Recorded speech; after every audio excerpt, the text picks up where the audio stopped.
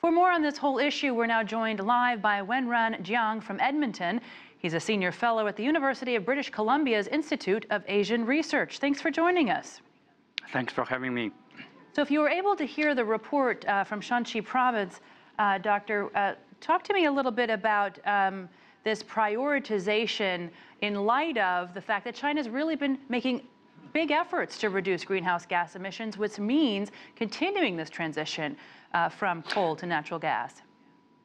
Yes, as your field reporter from Shanxi province, which is one of the largest coal-producing provinces in China, has indicated, this is a perfect growth pain for China's transition to a more green environment, to a more efficient energy structure. Currently, China has about 64% of its total energy coming from the use of coal, or only 6% coming from natural gas, in comparison with a global average of 24% coming from natural gas use. So China's transition, they want to jump very fast, transitioning from producing electricity from coal to using more natural gas. And now we see a gap that is the market is not having enough supply of the gas, whereas there's also a government regulatory gap between what they wanted to do and how it can be implemented locally in an effective manner.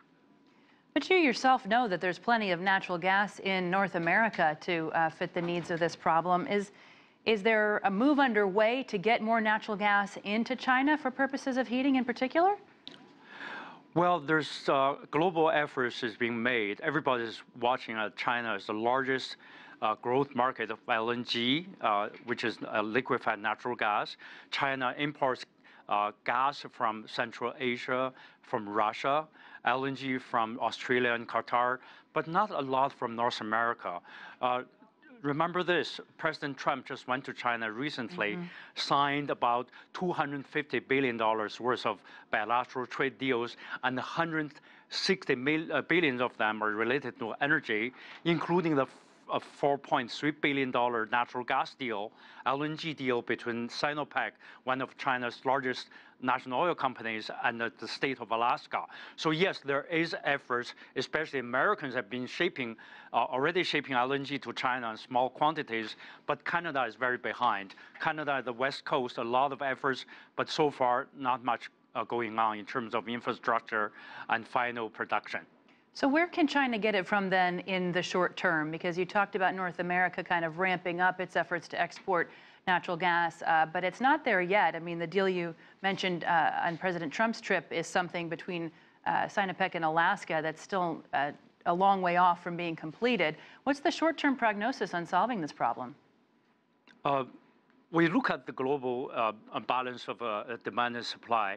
China and India are the major users, although Japan and South Korea, they don't produce any natural gas, and then they import the largest quantities. China produce, but not producing enough, with a 35% dependency rate on LNG imports, gas imports. So on the land, China imports a lot from Kazakhstan, Uzbekistan, via Central Asia, large deals signed from Russia, but now LNG primarily from Middle East, Qatar, and from Australia. So the balance now is in the short term. For example, now the spot price of LNG has driven up to about $10 per million BTU, which is British thermal unit, and therefore there's a market uptick.